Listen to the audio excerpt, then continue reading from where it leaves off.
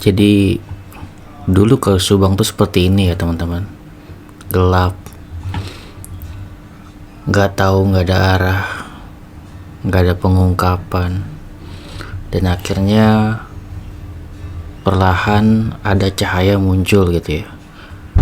Sudah mulai ada titik terang di mana kaos ini sudah mulai mau terungkap, tapi di balik cahaya ini masih ada aja orang-orang yang menghalangi cahaya ini gitu. Padahal sudah semakin terang, pelakunya tertangkap,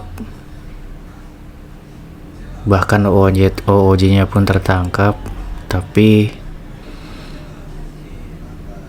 masih banyak orang-orang yang ingin menghalangi cahaya terang ini gitu.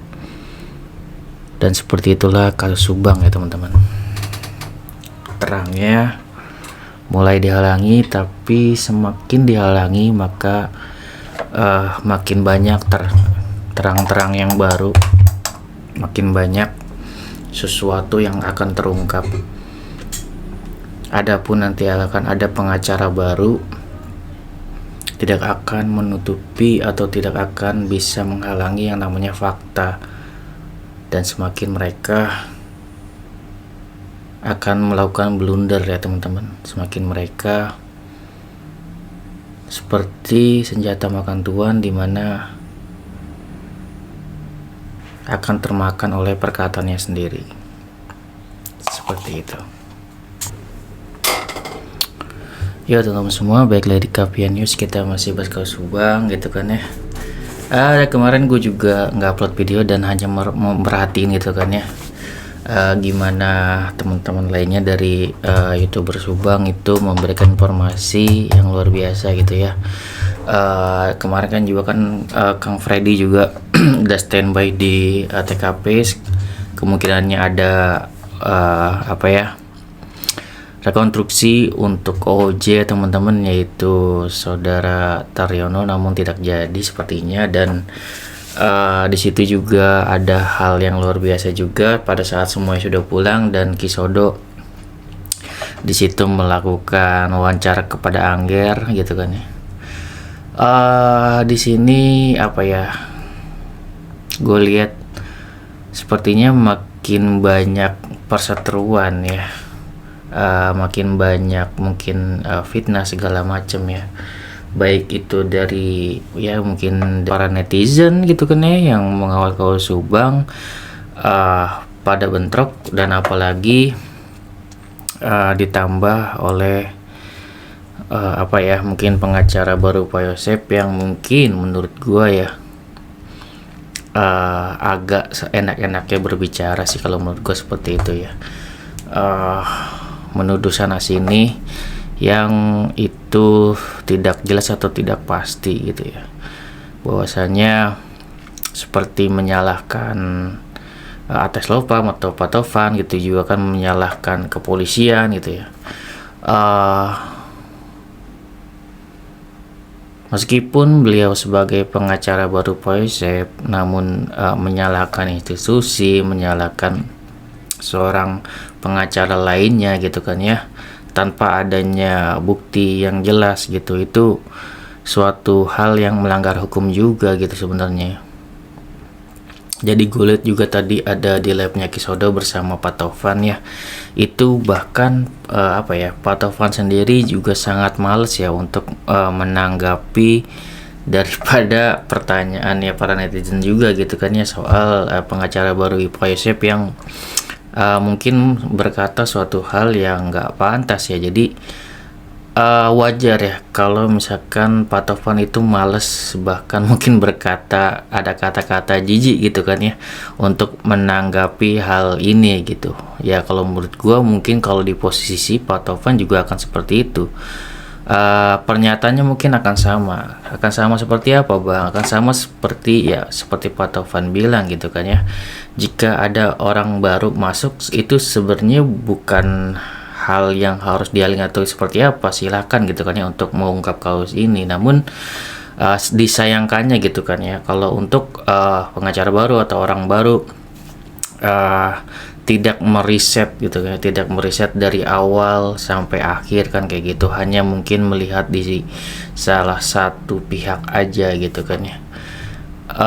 Ya Pak Taufan juga menyarankan ya coba main-main gitu kan ya buat pengacara baru, ya siapa tahu mungkin Herdi Lau gitu kan ya, yang walaupun sini memihak Pak Yosep kondisinya gitu kan ya, pendapat beliau bisa juga itu main-main ke Pak Taufan atau seperti apa, melihat sudut pandang secara lainnya gitu kan ya.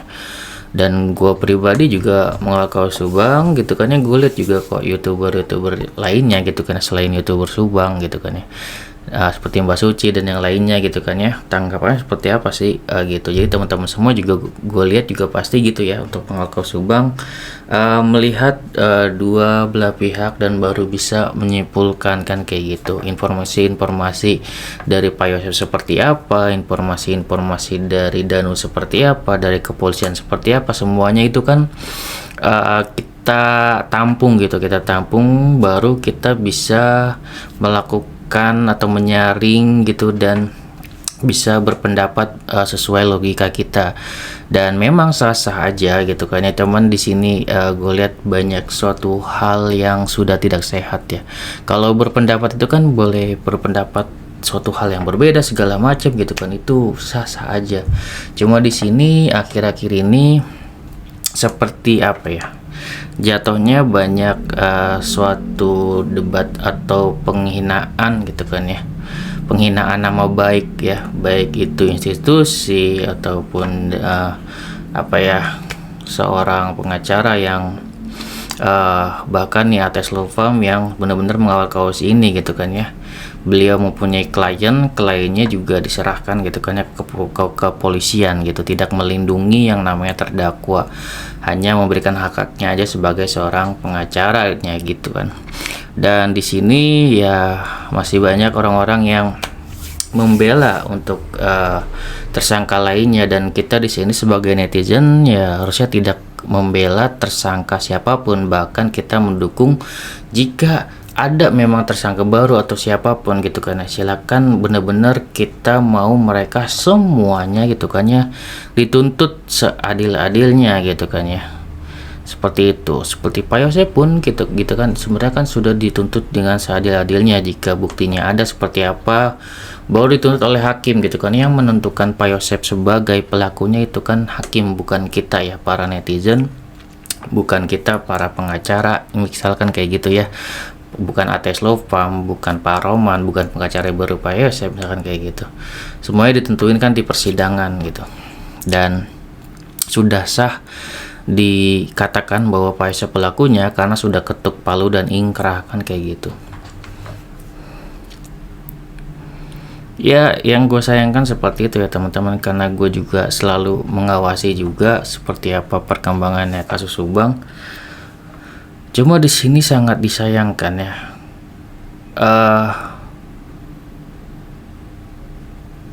gue kira nanti akan ada terobosan baru ya untuk pengacara Pak Yosep. Mungkin dari teman-teman semua juga mungkin yang mendukung Pak Yosep akan ada performa yang luar biasa gitu ya dari orang yang menggantikan Pak Rohman gitu. Tapi gue lihat di sini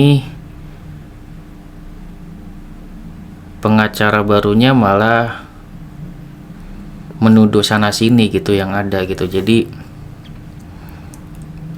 itu menurut gue malah mengecewakan ya teman-teman. Tapi nanti kita lihat juga seperti apa, apakah benar-benar misalkan Angger akan dituntut atau seperti apa gitu, atau mungkin Ates Lopam juga dituntut atau kepolisian akan dituntut gitu. Gue juga nggak tahu lah ya. Tapi seperti RD lo bilang kemarin gitu kan ya, siapapun silakan untuk menuntut kan kayak gitu ya, asal ada dua alat bukti yang kuat, silakan untuk menuntut seseorang gitu kan ya.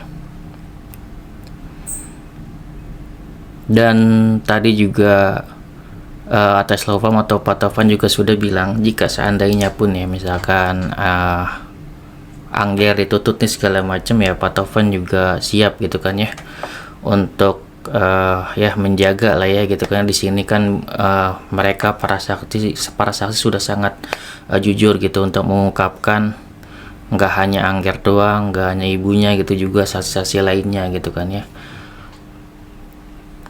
Itu sudah pada dasarnya memang harus dilindungi untuk para saksi. Dan pada saat persidangan berlangsung, misalkan ada saksi yang mendukung Pak Yosep pun gitu kan ya, kita para pengawal Kaus Subang juga tidak ada ya yang menyerang para saksi gitu, bahkan menghormati para saksi gitu ya. Kalau gue pribadi menghormati para saksi, baik itu yang memberatkan maupun yang meringankan Pak Yosep gitu, karena dimana para saksi ini sudah meluangkan waktunya gitu kan ya, memberikan kesaksian. Adapun nanti kesaksian itu kuat atau enggak, itu kan lagi kita kembalikan lagi ke hakim gitu kan ya. Dan paling kita sebagai netizen juga hanya bisa berpendapat aja gitu kan ya. Dan gue harap ya, dari dulu gue juga berharapnya gitu kan ya, semoga ini tidak ada fitnah dan cacian segala macam gitu kan ya. Berharapnya sehat untuk pengacara atau segala macam gitu kan ya. Dan kita di sini di sosial media paling hanya bisa mengkritik, namun dengan alasan-alasan yang masuk akal gitu ya kritikannya. Dan gue juga pernah bilang di video gue sebelumnya, kemungkinan ya kalau misalkan ada seorang pengacara baru masuk ya, itu harus dilihat secara menyeluruh gitu ya dari kedua belah pihak ini. Namun jika hanya memandang di posisi di satu pihak atau seperti apa gitu kan ya, untuk orang baru atau siapapun yang mau mengawal kasus ini atau mengungkap, itu sebenarnya akan sulit juga gitu ya. Tapi itu kembali lagi, itu hak orang masing-masing untuk berpikir secara pemikirannya pribadi. Di sini dalam hukum ya, kita tidak hanya bisa menggunakan perasaan, kita tidak hanya bisa menggunakan keyakinan kita melihat seseorang itu terlihat baik gitu kan ya, namun ada buktinya secara saintifik bahwa beliau adalah pelakunya, itu kan susah gitu ya teman-teman.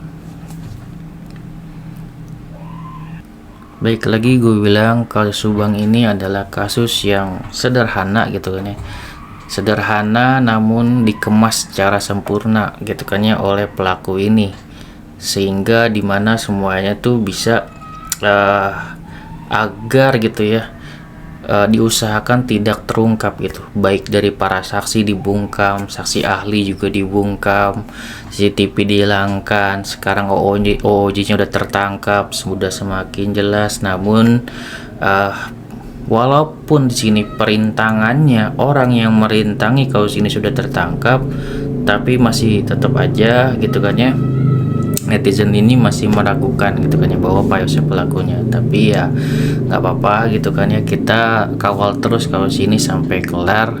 Walaupun ini sudah sangat terlihat arahnya, tapi kalau dari diri gue pribadi ya, gue nggak mau mencederai akal sehat gue sendiri, dan mungkin teman-teman juga tentunya memiliki akal sehat sendiri. Jika kita berbeda pendapat itu hal yang biasa, namun jika buktinya sudah sangat kuat dan misal OOJ ini menyebutkan seorang nama dan nama itu memang adalah pelakunya, dan diri kita masih juga menolak, ya itu adalah berarti masalahnya ada di diri kita sendiri gitu, tidak bisa menerima fakta yang ada gitu ya. Oke, segitu ya video dari gue, semoga bermanfaat. Wassalamualaikum warahmatullahi wabarakatuh. Sini teman-teman.